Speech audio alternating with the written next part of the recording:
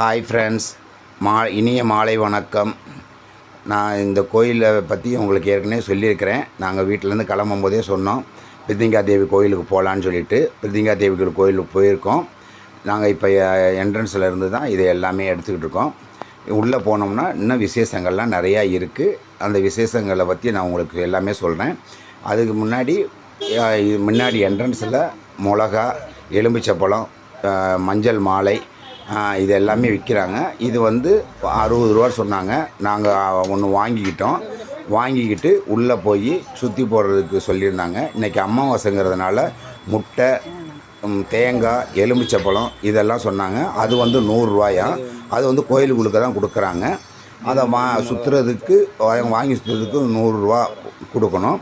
நாங்கள் எல்லாமே குடும்பத்தோடு போனோம்னா ஆளுக்கு ஒவ்வொன்று வாங்கி எல்லாமே சுற்றி போட்டோம்.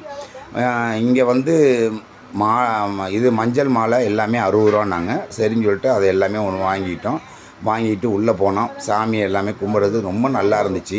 நாங்கள் இந்த வீடியோவில் சிங்கத்தோட பின்வாயி முன்னாடி உள்ளது என்ட்ரன்ஸு, அதே மாதிரி சிற்பங்கள் உள்ள ஒவ்வொரு தெய்வமும் ஒவ்வொரு விதமாக இருக்குது. நான் எல்லாத்தையும் சரியாக கரெக்டாக காமிக்க முடியல, ஆனால் காமிக்கும்போது எல்லாமே நீங்கள் பார்த்துக்குங்க. அது மட்டும் இல்லை, இதில் வந்து ஒவ்வொரு சிற்பங்களும் ஒவ்வொரு விதமாக இருக்குது.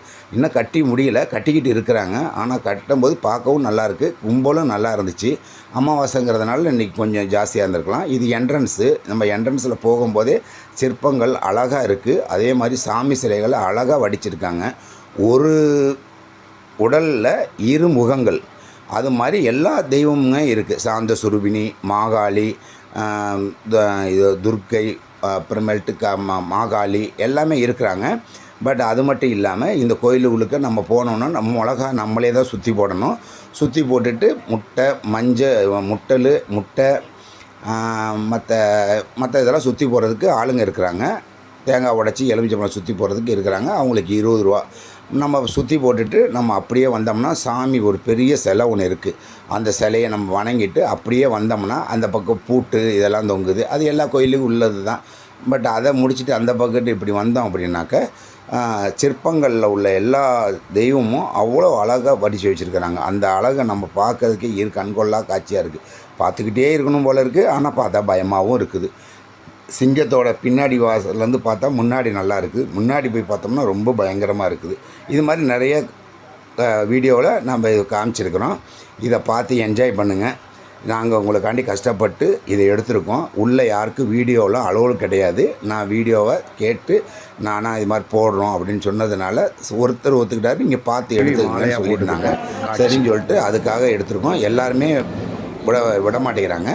ஆனால் உங்களுக்காண்டி நாங்கள் இதை கஷ்டப்பட்டு எடுத்துருக்கோம். இது அங்கே ஒசூரில் உள்ளவங்க பார்த்துருக்கலாம். அதனால் இது மற்ற இடத்துல பார்த்துருக்க முடியாது. அப்படிங்கிறதுனால உங்களுக்கு இந்த வீடியோவை போடுறோம்.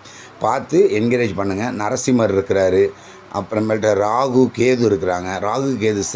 ராகு கேது வடிவத்தில் செம்மையாக இருக்குது.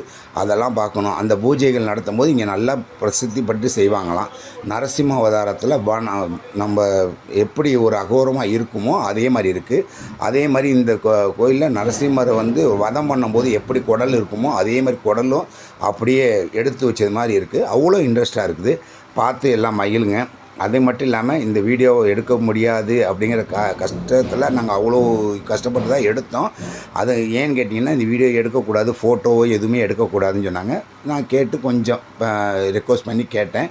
அதனால் எல்லாம் கொடுத்தாங்க. எங்கள் ஃபேமிலியாக எல்லாமே பார்த்தது நாங்கள் மெட்ராஸ்லேருந்து வர்றோம் அப்படின்னு சொன்னதுனால, சென்னையிலேருந்து வர்றோம்னு சொன்னதுனால தான் அவங்க கொஞ்சம் அனுமதி கொடுத்தாங்க. அது உங்களுக்கு கஷ்டப்பட்டு நாங்கள் போட்டிருக்கோம். நீங்கள் இதை பார்த்துட்டு எங்களுக்கு சப்ஸ்கிரைப் பண்ணுங்கள், லைக் பண்ணுங்கள், ஷேர் பண்ணுங்கள். இதை பற்றி மற்றவங்கள்ட்ட எல்லாமே சொல்லுங்கள். ஒசூருக்கு வந்தால் இந்த கோயிலுக்கு தவறாமல் போயிட்டு வாங்க. ரொம்ப நல்லா இருக்குது. எங்களுக்கு பிடிச்சிருந்துச்சு மனசு. உங்களுக்கு எப்படிங்கிறத நீங்கள் கமெண்டில் சொல்லுங்கள். எல்லாருமே நான் இந்த வீடியோவை எடுத்து போட்டேன்னா என்னடா சமையல் வீடியோ தான் போடுறேன்னு சொல்லியிருந்தாங்க அப்படின்னு சொன்னாங்க. இதெல்லாம் வெளியில் டூருக்கு வரும்போது இது மாதிரி வீடியோக்களும் நிறையா உங்களுக்கு நான் அனுப்புகிறேன். சமையலும் நான் உங்களுக்கு அனுப்புகிறேன். பட் இதில் வந்து ஒன்று என்னன்னு கேட்டிங்கன்னா, இந்த வீடியோ எப்படி போடுறதுன்னு தெரியாது. அதனால் மாற்றி நான் போட்டிருக்கேன். இதை கொஞ்சம் பார்த்துக்குங்க. உங்களுக்கு வர நான் கரெக்டாக போடுவேன் அப்படிங்கிற நம்பிக்கையில் இருக்கிறேன். இந்த வீடியோ பார்க்குறது மட்டும் கிடையாது, இதை மற்றவங்களுக்கு ஷேர் பண்ணுங்கள். தேங்க்யூ. இனிய மாலை வணக்கம். நன்றி.